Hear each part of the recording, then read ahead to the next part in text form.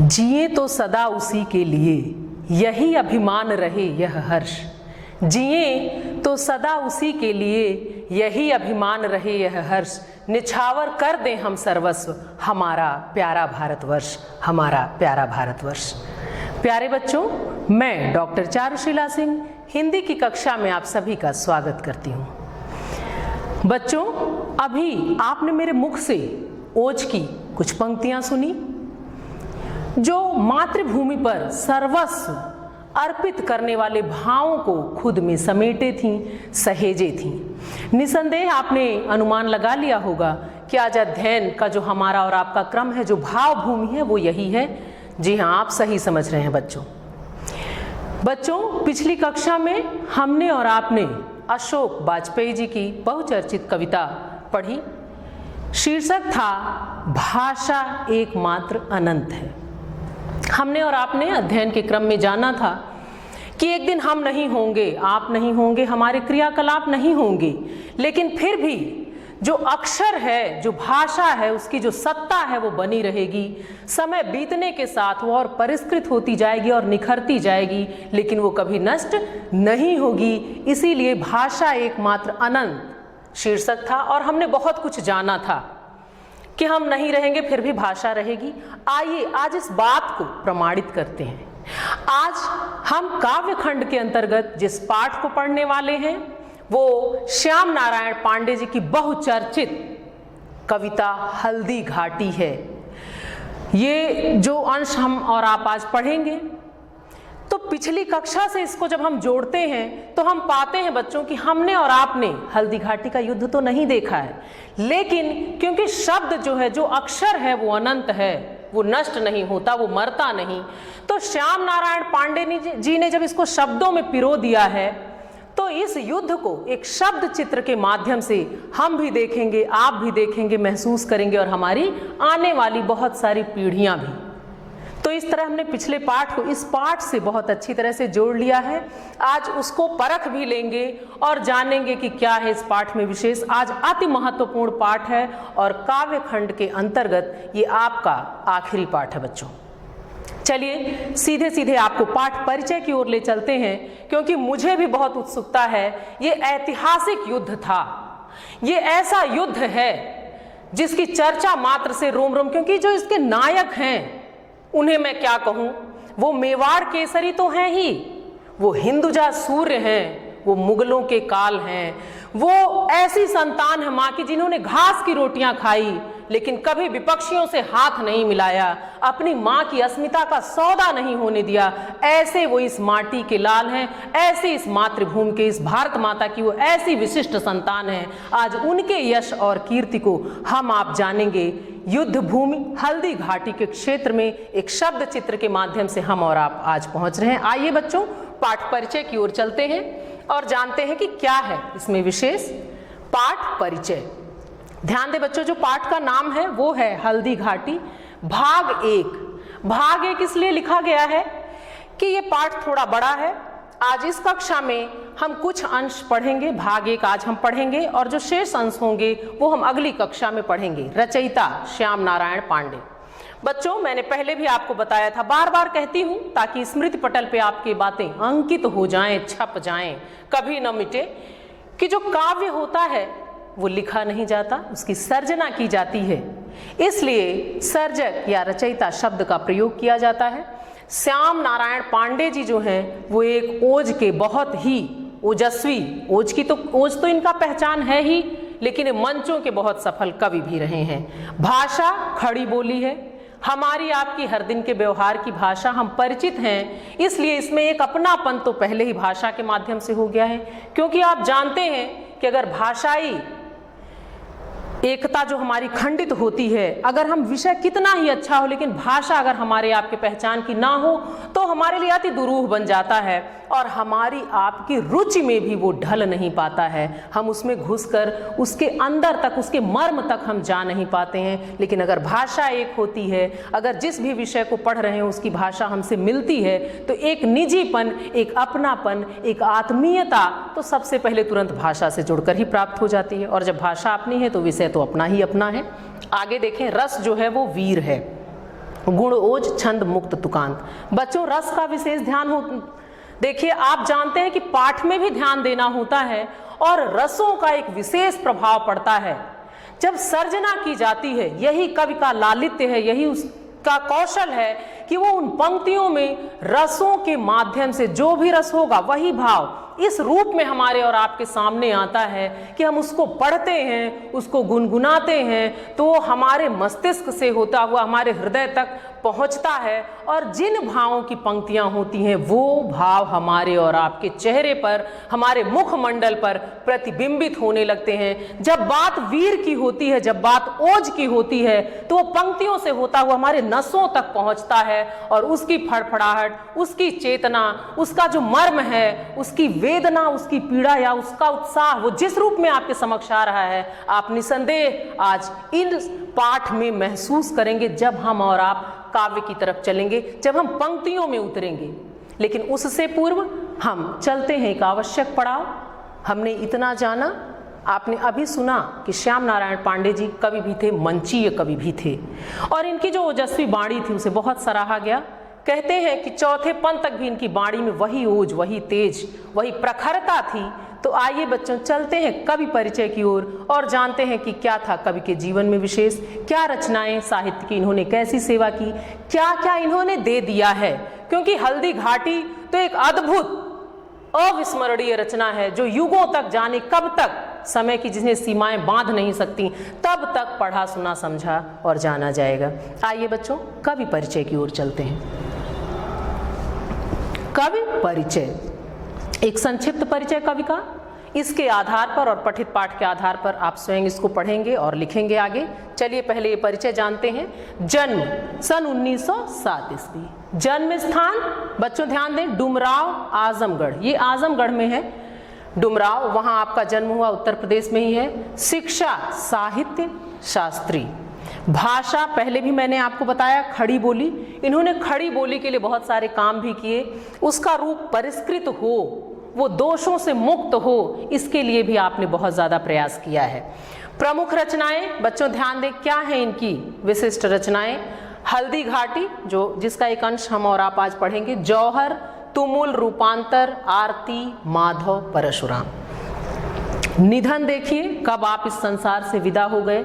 आपने साहित्य की एक लंबे समय तक सेवा की, आप साहित्य की सर्जना करते रहे, उसको लिखते पढ़ते जीते रहे, गुनगुनाते भी रहे, मंचों से भी आप लेखन के द्वारा तो आपने समाज में एक चेतना लाई ही, लेकिन आपने मंचों पर जाकर वहां से भी सामाजिक जागरण का कार्य किया था। और ये सब करते हुए फिर आपका निधन, आपकी मृत्यु कब हुई? सन 1991 ईस्वी में।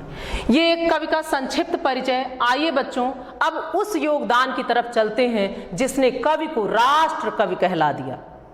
राष्ट्र कवि वस्तुतः तो एक छोटा सा शब्द हमें और आपको लग रहा है बच्चों, लेकिन ये यूं ही नहीं मिलता, पूरे जीवन की ये पूंजी है। राष्ट्र कवि कहने का मतलब होता है कि राष्ट्र के जो मूल तत्व हैं, जो उसकी चेतना है, जो उसकी विशिष्टता है, जो उसका सम्मान है, जो उसकी आत्मा है, उसके अपने काव्य में पिरो देने वाला व्यक्ति जो होता है, जो साहित्यकार होता है, वो राष्ट्र कवि की संज्ञा पाता है। तो ऐसी संज्ञा अगर कवि ने पाई है तो कवि ने क्या लिखा है साहित्य में स्थान के अंतर्गत। आइए कवि के जीवन के एक महत्वपूर्ण जो पड़ाव है, जो जीवन की उपलब्धि है। आप जानते हैं बच्चों कि व्यक्ति जन्म से नहीं कर्म से महान होता है, तो ये वही कर्म का पक्ष है जिसके आधार पर उपाधियां मिली, जिसके आधार पर युगों तक गुनगुनाए जाएंगे, गाए जाएंगे। आइए देखते हैं क्या है साहित्य में स्थान। ध्यान दे बच्चों, श्याम नारायण पांडे वीर रस के अद्भुत कवियों में एक थे। वे काशी के प्रसिद्ध साहित्याचार्य थे। बच्चों देखिए शिक्षा भी आपकी विशिष्ट रही, आप साहित्याचार्य थे, इसीलिए भाषा के परिष्कार पर आपने बहुत ज्यादा काम किया। क्योंकि देखिए बच्चों, जब हम विषय की विशिष्टता की तरफ, विशेष योगदान की तरफ और उसकी उच्च शिक्षा और जो एक ये होता है साहित्याचार्य या शास्त्री करते हैं, तो भाषा के परिष्कार का जब वो विषय ही आपका था, आपने संस्कृत पढ़ा, हिंदी पढ़ा, ये सारी विषय, तो आपने उस दिशा में बहुत ज्यादा काम किया और आपकी विशेष योग्यता में आता है। ध्यान दें आगे, उन्होंने 4 महाकाव्य रचे। आपने 4 महाकाव्य लिखे जिसमें 2 अति चर्चित, अति विशिष्ट हैं, जिनमें से एक तो आज हम आप एक अंश एक का पढ़ेंगे। ध्यान दीजिए क्या चर्चा में रहे, जिनमें हल्दी घाटी और जौहर विशेष चर्चित रहे। हल्दी घाटी में महाराणा प्रताप के जीवन और जौहर में रानी पद्मिनी के आख्यान हैं। हल्दी घाटी पर श्याम नारायण पांडे को देव पुरस्कार भी प्राप्त हुआ है। अपनी ओजस्वी वाणी के कारण श्याम नारायण पांडे कवि सम्मेलनों में बड़े लोकप्रिय थे। आपने लिखकर भी चेतना जगाई, आपने मंचों से भी चेतना जगाई। हम और आप कभी भूल नहीं पाएंगे, चाहे बात जौहर की हो, हल्दी घाटी की हो या अन्य रचनाओं की हो। जब जब इन रचनाओं की चर्चा कहीं होगी, स्मृति पटल पर स्वतः श्याम नारायण पांडे जी अंकित हो जाएंगे। आइए अब हम चलते हैं मुख्य पाठ की ओर और जानते हैं क्या है पाठ का मूल भाव। पाठ का मूल भाव, मूल भाव बच्चों अर्थात केंद्रीय भाव, किस एक भाव भूमि पर इसका सृजन हुआ है वो कहलाता है मूल भाव। तो क्या है इसमें विशेष, ध्यान दें। हल्दी घाटी के युद्ध भूमि में महाराणा प्रताप द्वारा दिखाए गए रण कौशल का दृष्टांत वर्णन है, आंखों देखा वर्णन जिसको कहते हैं। और आप अभी पाएंगे पंक्तियों में कि इतना अद्भुत वर्णन है, इतना आह्लादकारी है, इतना चमत्कृत करने वाला है। अपने इतिहास को जानकर हम और आप इतने गर्वित होने वाले हैं कि उन पंक्तियों से वो गर्व और हर्ष छलकता हुआ, निकलता हुआ, हमें बेधता हुआ, हमारे तन मन में चेतना भरता हुआ हमारे अंतर मन को तरंगायित करेगा। हमें और आपको गर्व और हर्ष के वो क्षण प्रदान करेगा जो आज इस पाठ के माध्यम से हम और आप जानेंगे, जिसे पंक्तियों में लिखकर अजर अमर कर दिया है श्याम नारायण पांडे जी ने। आइए बच्चों अब चलते हैं उस विशिष्ट योगदान की तरफ, उन पंक्तियों की तरफ जो हल्दी घाटी के नाम से, बच्चों आप जानते हैं, संक्षिप्त एक चर्चा जान ले। हल्दी घाटी का युद्ध महाराणा प्रताप और अकबर के बीच में हुआ था, लेकिन जिस समय का ये प्रसंग है युद्ध भूमि में महाराणा प्रताप हैं और इनका जो विपक्षी है, जो शत्रु सेना है, उसमें अकबर के सेनापति मान सिंह सेना का प्रतिनिधित्व कर रहे हैं।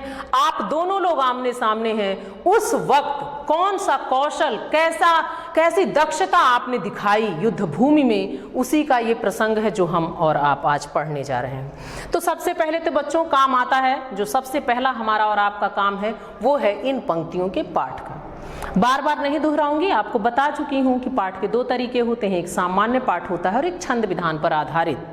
और आपने पढ़ा था कि काव्य जो होता है उसकी सर्जना ही एक विशेष छंद पर की जाती है, एक लय गति ताल का निर्वाह किया जाता है और जिस रस को उसमें पिरोया जाता है वैसे ही भाव हमारे हृदय से होते हुए हमारे और आपके मुखमंडल तक प्रतिबिंबित होते हैं। आइए बच्चों सबसे पहले इनका छंद विधान के आधार पर पाठ करते हैं, फिर पाठ के बाद हम और आप चलेंगे इसकी विस्तृत व्याख्या की तरफ, इन पंक्तियों के मर्म की तरफ कि इनमें क्या पिरोया गया है, क्या बातें कही गई हैं। आइए ध्यान दें, सबसे पहला काम तो हम कर रहे हैं पाठ का। ध्यान से सुने बच्चों। वैसे तो अध्ययन की सुविधा की दृष्टि से मैंने इसे खंडों में विभाजित किया है और उस तरह से पढ़ूंगी, लेकिन आप घर पर एक बार किताब निकालिएगा और पूरी कविता को पहली पंक्ति से आखिरी तक जितनी आपकी पाठ्य पुस्तक में है उसको एक बार में पढ़ डालिएगा। एक अद्भुत आह्लाद आप महसूस करेंगे, एक चैतन्यता, एक नसों में फड़कता हुआ सा ओज जिसका नाम है, वो वीर रस के जो ओज है, जो उत्साह वो आप में अपने आप महसूस करेंगे। लेकिन यहाँ उस सुविधा की दृष्टि से थोड़े थोड़े टुकड़ों में है इसलिए खंड बटेंगे, पर आप एक बार अवश्य पढ़ें, आपको बहुत आनंद आएगा। चलिए पढ़ते हैं, देखते हैं क्या है। मेवाड़ केसरी देख रहा केवल रण का न तमाशा था, वह दौड़ दौड़ करता था रण, वह मान रक्त का प्यासा था। चढ़कर चेतक पर घूम घूम करता सेना रखवाली था, चढ़कर चेतक पर घूम घूम करता सेना रखवाली था। ले महामृत्यु को साथ साथ मानो प्रत्यक्ष कपाली था, ले महामृत्यु को साथ साथ मानो प्रत्यक्ष कपाली था। अद्भुत भाव है बच्चों, और अगर इन्हें पूरा मैं एक स्वर में पढ़ पाती तो अवश्य पढ़ती, कुछ अलग ही भाव भूमि सृजित हो जाती, लेकिन अध्ययन की सुविधा को देखते हुए मुझे टुकड़ों में पढ़ना है, पर आप अवश्य पढ़ें। चलिए अब इन पंक्तियों के अर्थों में चलते हैं कि क्या है विशेष, कवि क्या कहते हैं। श्याम नारायण पांडे जी कहते हैं, अब आप देखिए कि इतना सौंदर्य भर दिया गया है इन पंक्तियों में, ऐसा वर्णन किया गया है कि ऐसा आपको महसूस होगा कि हम और आप इस युद्ध को देख रहे हैं इस शब्द चित्र के माध्यम से। देखिए कवि क्या कहते हैं, मेवाड़ केसरी देख रहा केवल रण का न तमाशा था। केसरी मतलब सिंह, मेवाड़ केसरी ये कहा गया राणा प्रताप के लिए। तो कवि कहते हैं कि जो मेवाड़ केसरी है वो सिर्फ युद्ध का तमाशा देखने नहीं आया है, सिर्फ वो दूर से युद्ध नहीं देख रहा है, क्या कर रहा है, वह दौड़ दौड़ करता था रण, वह मान रक्त का प्यासा था, कि वो स्वयं दौड़ दौड़ कर युद्ध कर रहा है। ऐसा लग रहा है कि वह मान सिंह के रक्त का प्यासा है। ये मान सिंह कौन है, मैंने आपको पहले भी बताया, पुनः बता रही हूं कि जो शत्रु सेना है, जो अकबर की सेना है, उसके जो सेनापति हैं, यानी उधर से जो प्रतिनिधित्व कर रहा है वो है मान सिंह, और आमने सामने राणा प्रताप और मान सिंह। तो कवि कहते हैं कि मेवाड़ केसरी देख रहा केवल रण का न तमाशा था, कि मेवाड़ केसरी सिर्फ युद्ध भूमि का तमाशा नहीं देख रहे हैं, बल्कि वह स्वयं दौड़ दौड़ कर रण कर रहे हैं। दौड़ दौड़ कर कहना मतलब अद्भुत कौशल, पल भर में यहाँ यहाँ वहां वहां वहां, मतलब जहां आवश्यकता है, शत्रु जहां से भी बढ़ता हुआ दिख रहा है वहां दौड़कर उसके प्रहार को रोक देना, उसको टोक देना, उसको वहीं घायल कर देना, वहीं रक्त रंजित कर देना। ये व्यंजना करता है। दौड़ दौड़ में बहुत बड़ी बात छुपी हुई बच्चों, कि अपने ऊपर इतना विश्वास भी होना चाहिए, वो तेज, वो ऊर्जा, वो स्वाभिमान, वो जोश, वो अपनी मां के प्रति स्नेह की व्यंजना कर रहा है। कि क्या कर रहे हैं कि मेवाड़ केसरी दौड़ दौड़ कर रण कर रहे हैं, सिर्फ वो तमाशा नहीं देख रहे हैं, वह मान रक्त का प्यासा था, और ऐसा लग रहा था कि वह मान सिंह के रक्त के प्यासे हों और उसे ढूंढ रहे हों। चढ़कर चेतक पर घूम घूम करता सेना रखवाली था, कि युद्ध भूमि भी कर रहे हैं, लेकिन जो उनका दायित्व है, उस कर्तव्य बोध, उस दायित्व बोध से भी वो विमुख नहीं है। वो युद्ध भी दौड़ दौड़ कर रहे हैं और घूम घूम कर अपनी सेना की रखवाली भी कर रहे हैं, वो उसके रक्षक भी हैं। तो इस दायित्व बोध को भूले नहीं हैं, वो युद्ध तो कर ही रहे हैं, पर वो दौड़ दौड़ कर, घूम घूम कर, जिस तरह दौड़ दौड़ कर युद्ध किया, घूम घूम कर अपने सेना की रखवाली भी कर रहे हैं। और उस वक्त जो छवि है वो अद्भुत है, जो स्वरूप उनका दिख रहा है कि दौड़कर युद्ध करना और घूम घूम कर अपनी सेना की रखवाली भी करना, तो ऐसा लग रहा है ले महामृत्यु को साथ साथ मानो प्रत्यक्ष कपाली था। तो ऐसा एहसास हो रहा है कि वो स्वयं महामृत्यु हो। कौन है बेटा बताइए? तो ऐसा कह रहे हैं कवि कि ऐसा लग रहा है कि वो स्वयं कालों के काल हैं, वो महाकाल हैं। कपाली यहाँ भगवान शिव, महाकाल। तो कवि कहते हैं कि जैसा ये युद्ध कौशल दिखा रहे हैं, युद्ध भूमि में जो इनकी दक्षता है, जो इनकी स्फूर्ति है, उसको देखकर ऐसा लग रहा है कि ये स्वयं अपने साथ महामृत्यु को लेकर निकल पड़े हैं। और उस समय देखकर लग रहा है कि मानो प्रत्यक्ष कपाली साकार हो गए हों। तो ऐसा रण कौशल, ऐसा जो ऐश्वर्य था, अपनी भूमि के बारे में हम जो भी सुनते आए हैं कि ऐसा प्रताप, ऐसा ऐश्वर्य, वो कहीं न कहीं ये प्रताप हमको इस प्रताप में दिख रहा है। महाराणा प्रताप ने वो कौशल दिखाया कि युद्ध भूमि में ऐसा लगा कि वो स्वयं महामृत्यु के साथ वहां आ गए। उन्हें डर नहीं है, उन्हें जरा भी डर नहीं उनके चेहरे पर। वो सिर्फ क्या कर रहे हैं? दौड़ दौड़ कर युद्ध कर रहे हैं, मान सिंह को खोज रहे हैं और अपनी सेना की रखवाली भी कर रहे हैं। और रक्तपात इतना ज्यादा युद्ध में होता है कि ऐसा लग रहा है कि स्वयं वो महामृत्यु को लेकर वहां पहुंचे हैं। मानो प्रत्यक्ष कपाली था, उनको देखकर लग रहा था कि जैसे स्वयं कपाली हो, स्वयं शिव हो, स्वयं वो महामृत्यु के साथ वहां उपस्थित हो गए हैं और उन्हें कोई भी डर नहीं है। सिर्फ और सिर्फ उनका ध्येय, उनका लक्ष्य जो है वहीं पर उनका ध्यान है। आइए बच्चों अगली पंक्ति की तरफ चलते हैं कि क्या है, ध्यान दीजिए। पहले पाठ फिर चढ़ चेतक पर तलवार उठा रखता था भूतल पानी को, राणा प्रताप सिर काट काट करता था सफल जवानी को। सेना नायक राणा के भी रण देख देख कर चाह भरे, मेवाड़ सिपाही लड़ते थे दूने तिगुने उत्साह भरे। अद्भुत कि क्या कह दिया कि चढ़ चेतक पर तलवार उठा रखता था भूतल पानी को। चेतक के बारे में आप सभी जानते हैं, क्योंकि जिस तरह हम राणा प्रताप के शौर्य और पराक्रम की बात सुनते हैं, हमने चेतक की भी बहुत चर्चाएं सुनी हैं। चेतक कौन? चेतक राणा प्रताप के घोड़े का नाम। तो कवि कहते हैं अगली पंक्तियों में, चढ़ चेतक पर तलवार उठा, कि हाथों में तलवार लिए हुए और चेतक पर चढ़े हुए रखता था भूतल पानी को। ऐसा लग रहा है कि वो भूतल, एक देखिए यहाँ दो अर्थ हैं, भूतल पृथ्वी तल भी है जिसके नीचे पानी है, और पानी मान सम्मान स्वाभिमान का प्रतीक होता है, और एक भूतल मतलब आपका और हमारा हृदय। तो कवि कहते हैं कि जब वो चेतक पर चढ़कर और तलवार लेकर निकलते हैं, इधर उधर घूमते हैं, ऐसा लग रहा रखता था भूतल पानी को, कि अपने हृदय के अंदर वो स्वाभिमान, वो मान सम्मान अंदर अपने समाहित, अपने अंतर में, अपने हृदय में समाहित किए हुए हैं। राणा प्रताप सिर काट काट करता था सफल जवानी को। और राणा प्रताप इस तरह शीश काट रहे थे शत्रु सेना की कि ऐसा लग रहा था कि उन्होंने अपने जवानी को सफल कर दिया हो। बच्चों, जवानी के वास्तविक अर्थ से आप परिचित हो चुके हैं। आपने माखनलाल चतुर्वेदी जी की कविता जवानी पिछली कक्षा में पढ़ा था। उसके वास्तविक अर्थ को आपने जाना था कि जवानी का अर्थ क्या होता है। शौर्य होता है, पराक्रम होता है, कर्तव्य बोध होता है, और असंभव को संभव में बदल देने वाली वो शक्ति जो स्वयं में समाहित करती है, वो वस्तुतः जवानी कहलाती है। तो कवि कहते हैं कि चेतक पर चढ़कर और तलवार हाथ में लेकर रखता था भूतल पानी को, मान सम्मान को अपने हृदय में रखता था। राणा प्रताप सिर काट काट करता था सफल जवानी को। और राणा प्रताप जो है वो इस तरह शीश काट रहे थे कि उन्होंने अपने जवानी को सफल बना दिया। वो जो जवानी थी वो सफल हो गई, जो युद्ध भूमि में दिखी। सेना नायक राणा के भी रण देख देख कर चाह भरी। ऐसा अक्सर होता है बच्चों कि हम जो देख रहे होते हैं वैसे एक भाव भूमि हमारे अंदर सृजित होने लगती है। आह्लाद का विषय हो तो आह्लाद, और कष्ट हो, रोष हो तो कुछ वैसा ही भाव।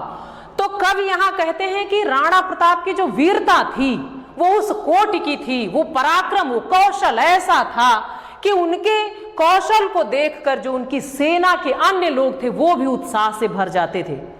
नायक का, नेतृत्व करने वाले का बहुत बड़ा योगदान होता है, क्योंकि एक जो नेता होता है, जो नेतृत्व करने वाला होता है, वो हमें सही दिशा देता है, और कहीं ना कहीं उसकी बातों में, उसके व्यवहार में वो छाप होती है जो बाकी लोगों से असंभव लगने वाले कार्य भी करा लेती है। यहाँ इसी क्षमता के बारे में कवि बताते हैं। वो कहते हैं, सेना नायक राणा के भी रण देख देख कर चाह भरे, कि जो इनके साथ वाले हैं वो और उत्साह से भर जा रहे हैं। मेवाड़ सिपाही लड़ते थे दूने तुगने उत्साह से, और मेवाड़ के जो अन्य सिपाही थे वो दुगने तुगने उत्साह के साथ युद्ध भूमि में लड़े जा रहे थे, क्योंकि राणा प्रताप का शौर्य देखकर उनके अंदर उत्साह बहुत तेजी से बढ़ रहा था, और कई गुना उत्साह से बढ़ के वो युद्ध भूमि में लड़ रहे थे। अगली पंक्तियों की तरफ चलें बच्चों, देखें क्या है इसमें, ध्यान दीजिए क्या है। ये पंक्तियां मैं पाठ करती हूं, फिर अर्थ। क्षण मार दिया कर कोड़े से, रण किया उतर कर घोड़े से, राणा रण कौशल दिखा दिखा चढ़ गया उतर कर घोड़े से, क्षण भीतर हलचल मचा मचा राणा कर की तलवार बढ़ी, था शोर रक्त पीने का यह रणचंडी जीभ पसार बढ़ी, था शोर रक्त पीने का यह रणचंडी जीभ पसार बढ़ी। क्या बात है, निसंदेह एक शब्द चित्र।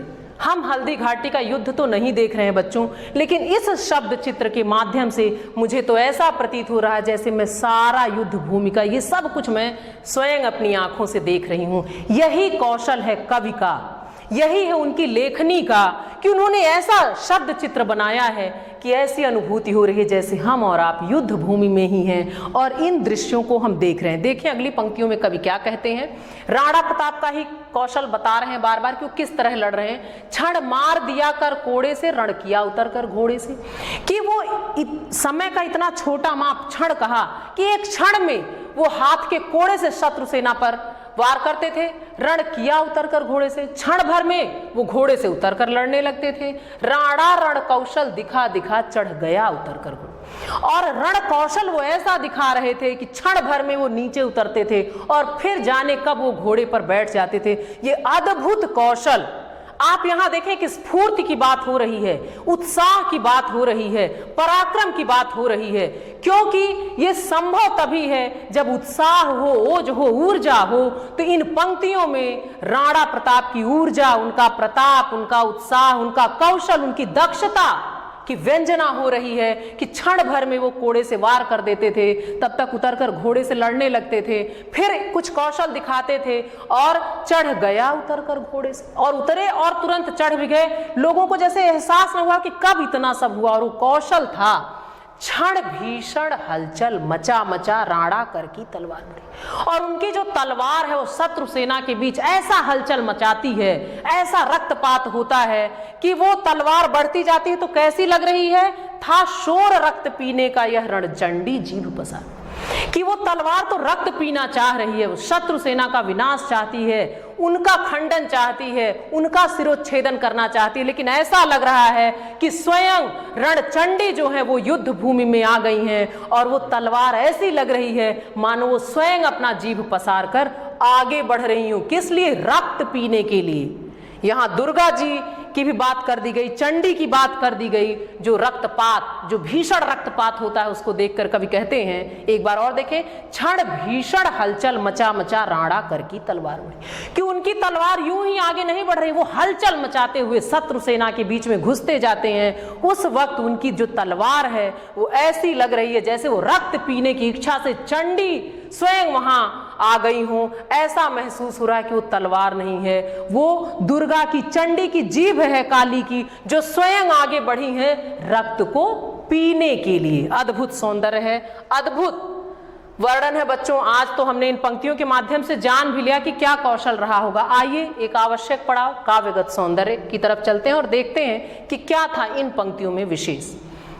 राणा प्रताप की वीरता का अद्भुत वर्णन हुआ है। निसंदेह बच्चों, इस अद्भुत वर्णन को हमने और आपने महसूस किया।